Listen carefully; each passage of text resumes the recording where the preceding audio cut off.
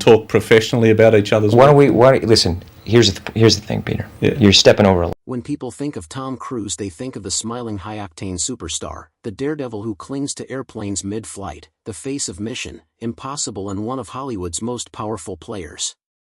But behind the megawatt smile and choreographed press appearances lies a man known for being ruthlessly private, fiercely loyal, and at times, shockingly unforgiving. Tom Cruise doesn't often speak publicly about his enemies, but those who've worked with him, they've seen the other side. The grudges, the quiet blacklisting, and the cold fury he reserves for those who've crossed a line. Whether it's betrayal on set, disrespect off camera, or challenges to his beliefs, Cruise remembers, and he doesn't let go. Today we're revealing the 6 actors Tom Cruise can't stand and why. Their names are whispered in the shadows of his billion-dollar empire. Let's just say, when you get on Cruise's bad side, there's no stunt double to save you. Brad Pitt, too cool for Cruise. You can understand the loyalty for the book because it hit some spots. This book. An interview with the vampire, Cruise and Pitt shared the screen but definitely not the camaraderie. Behind the scenes their dynamic was tense right from the start.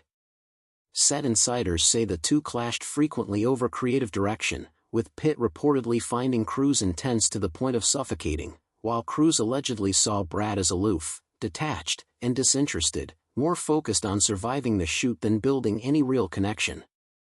Tom, who values precision, discipline, and total immersion in his roles, didn't take kindly to what he perceived as Pitt's cold indifference. He had hoped for synergy, even friendship, but instead he got silence, distance, and visible discomfort between takes.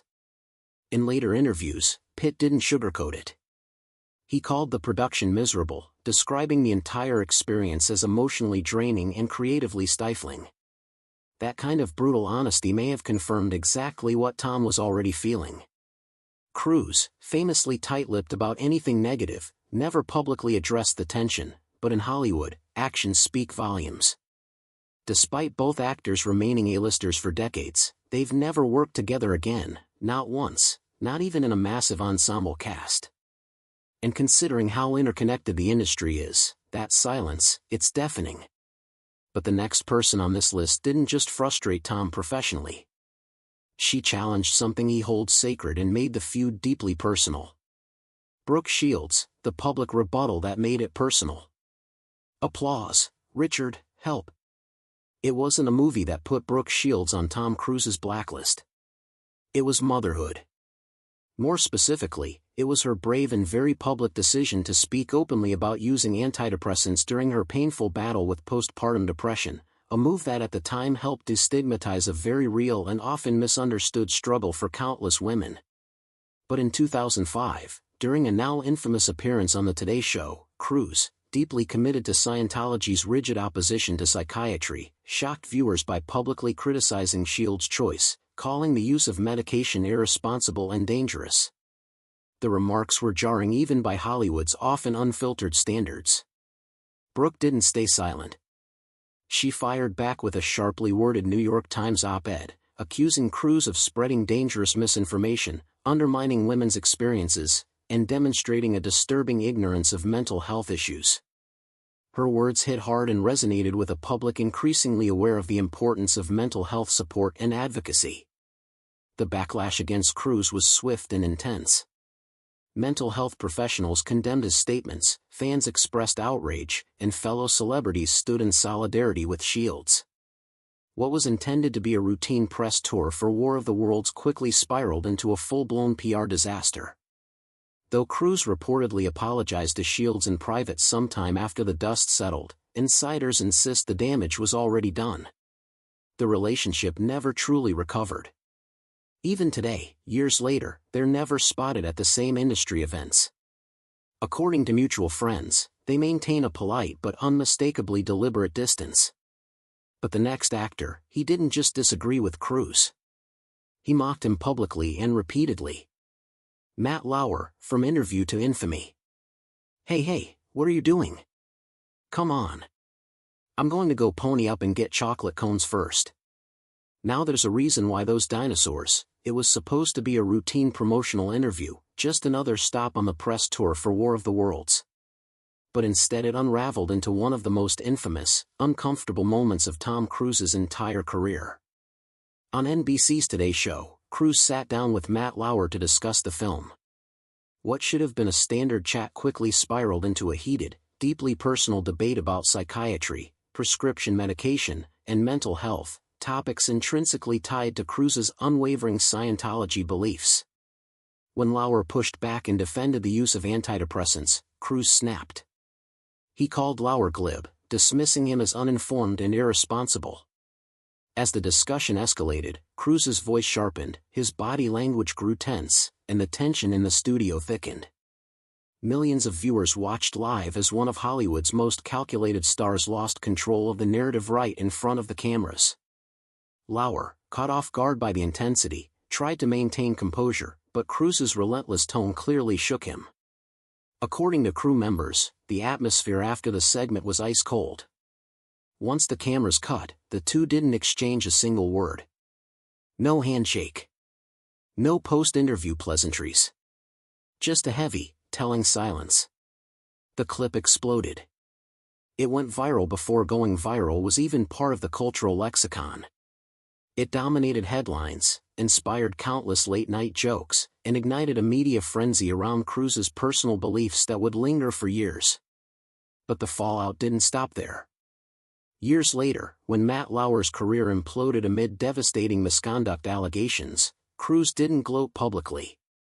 He didn't say anything at all, but those in his inner circle say his silence spoke volumes. He wasn't surprised, and he certainly wasn't shedding any tears. And the next name, it's someone who mocked not just Tom's beliefs but his height, Seth Rogen, the comedian who took it too far. That's amazing. Well, got the weed in the bag. Beautiful. Okay, Seth Rogen loves to joke, and for years Tom Cruise became one of his favorite targets. From Cruise's intense public persona to his unwavering devotion to Scientology to his famously compact height, Rogen didn't hold back. He took shot after shot and audiences roared with laughter every time. Whether on late-night talk shows or in casual interviews, Seth frequently poked fun at Cruise's mysterious reputation, his hyper-energetic behavior, and yes, even the way he sprints in nearly every action movie. But one story pushed things too far. During a candid podcast interview, Seth dropped a bombshell. He and Judd Apatow had once visited Cruise at his home for what they thought would be a light creative meeting. Instead, Rogen claimed it quickly turned into what felt like a high-pressure Scientology pitch. He described the encounter as awkward, intense, and oddly theatrical, something straight out of a parody sketch. But he didn't stop there. Seth turned the entire experience into a hilarious routine, milking it for laughs on stage, in interviews, and online. The bit went viral, making headlines and earning him applause at Tom's expense. Needless to say, Cruise wasn't laughing. Sources close to the actor said he was livid, not just over the alleged recruitment story but over how Rogen twisted the private meeting into entertainment fodder. For a man as fiercely private and image-conscious as Cruise, the betrayal cut deep. The fallout was swift and final. While Seth Rogen has continued to thrive as a writer, director, and comedic powerhouse, one thing's remained consistent: he's never been invited to collaborate on a Cruise-led film, never asked to cameo, and never approached for even a background role. In Tom's world, loyalty is everything, and once the bridge burns, it's reduced to ashes. And the next actor? He didn't just joke about Tom, he insulted his entire legacy on national television. Mickey Rourke, the direct shot heard round Hollywood. "You know, this really pisses me off. Your store's got such nice clean." In 2022, Tom Cruise was on top of the world. Top Gun: Maverick had shattered box office records, reignited a beloved franchise, and was being celebrated as the film that single-handedly brought audiences back to theaters after the pandemic slump. Hollywood cheered, critics praised it, fans flocked in droves. The industry hailed Cruise as a savior of cinema. But not everyone joined the standing ovation. Mickey Rourke, never one to hold his tongue, appeared on Piers Morgan Uncensored and unleashed a scathing takedown. He didn't just critique Cruise's success, he dismissed it entirely with biting contempt. "He's been doing the same part for 35 years, Rourke said bluntly, referring to Cruise's high-octane, hero-centric roles. He scoffed at Maverick, calling Cruise's films shallow, predictable, and lacking real artistic depth. "That doesn't impress me," he added coldly. "I want to see some damn acting." For Cruise, who had poured years of effort, passion, and personal risk into reviving Top Gun, it was more than just harsh criticism, it was a public slap in the face. Maverick wasn't just a sequel, it was a cinematic love letter, a passion project Cruise had fought hard to make on his terms. To have it torn down at the peak of its triumph hit hard. True to form, Cruise stayed silent, no public rebuttal, no interviews fired back. But those within his tight-knit circle say the response behind the scenes was anything but passive. According to insiders, producers close to Cruise made it abundantly clear, Mickey Rourke would not be welcomed in any Cruise-led or Paramount-affiliated productions going forward. Quietly but effectively, he was blacklisted. It was swift. It was final. And it was personal. And the final actor on this list? He didn't just take a swipe at Cruise's work, he betrayed Tom on a level that changed everything. Nicole Kidman, from Marriage to Mutiny. "I'll do whatever you tell me to do." Good girl. She was the love of his life, or at least that's how it looked from the outside. Tom Cruise and Nicole Kidman were Hollywood royalty. The red carpets, the glamorous magazine spreads, the blockbuster films, they had it all. But when their marriage abruptly collapsed in 2001, the fallout wasn't just emotional, it was surgical and calculated. Cruise filed for divorce just days before their 10-year anniversary, a move that, whether coincidental or not, conveniently spared him from California's spousal asset division laws, which would have required a more equitable financial split. Nicole, completely blindsided, was left reeling. Her post-divorce interviews were raw, unguarded, and deeply human. She confessed that she had truly believed they would grow old together. The heartbreak was real and visible. But what truly crushed any chance of reconciliation wasn't just the divorce, it was ideology. Nicole began quietly distancing herself from the Church of Scientology, the institution that remains central to Cruise's identity. Worse still, in the eyes of the church, she began re-establishing connections with people Tom had reportedly severed ties with, former friends and colleagues who had been shunned by Scientology leadership. As Cruise's world grew tighter and more insular, Nicole's expanded. She embraced bold, challenging film roles, won an Oscar, and rebuilt her image with poise and independence. Despite her grace and her careful silence regarding the intimate details of their split, Cruise never re-engaged, not even for the sake of their children. He was notably absent from their son Connor's wedding. Their adopted daughter Isabella remains firmly within the church's fold and is rarely, if ever, seen in public with Nicole. And despite their once shared history, Cruise and Kidman haven't been photographed together in more than 2 decades. No red carpets. No mutual events. No family reunions.